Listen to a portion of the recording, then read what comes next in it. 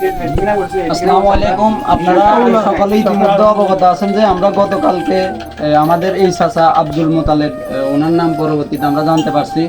তো আমরা আমাদের ফেনী সদর উপজেলার ১ নং শৈশবী ইউনিয়নের পার্শ্ববর্তী ঢাকা চট্টগ্রাম মহাসড়কের হাইওয়ের পাশে ওনাকে বসে থাকতে দেখি অসহায়ের মতো অবস্থায়। সেখান থেকে আমরা স্থানীয় আমি এবং আমাদের ১ নং শৈশবী ইউনিয়নের নওয়াবাদের কিছু স্থানীয় ২ জন যুবক ওনাদেরকে সহকারে আমরা ওনাকে সেখান থেকে আমাদের এলাকায় নিয়ে আসি। তো আনার পরে ওইখানে আমরা ওনাকে প্রাথমিকভাবে কিছু নাস্তা পানি খাওয়াই।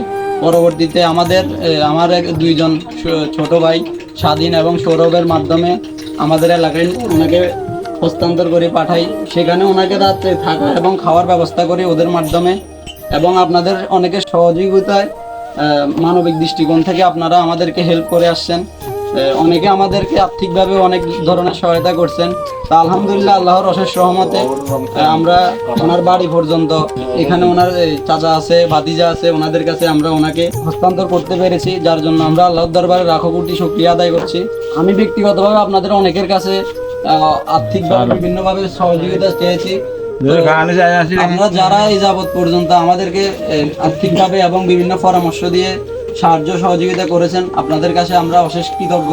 এবং কি আমাদেরকে যারা পরামর্শ দিয়ে আমার সাথে যারা ছিলেন ছোট বড় সবাইকে অসংখ্য ধন্যবাদ।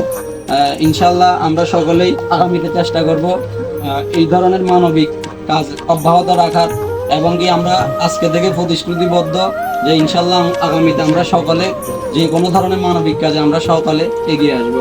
আসসালামু আলাইকুম।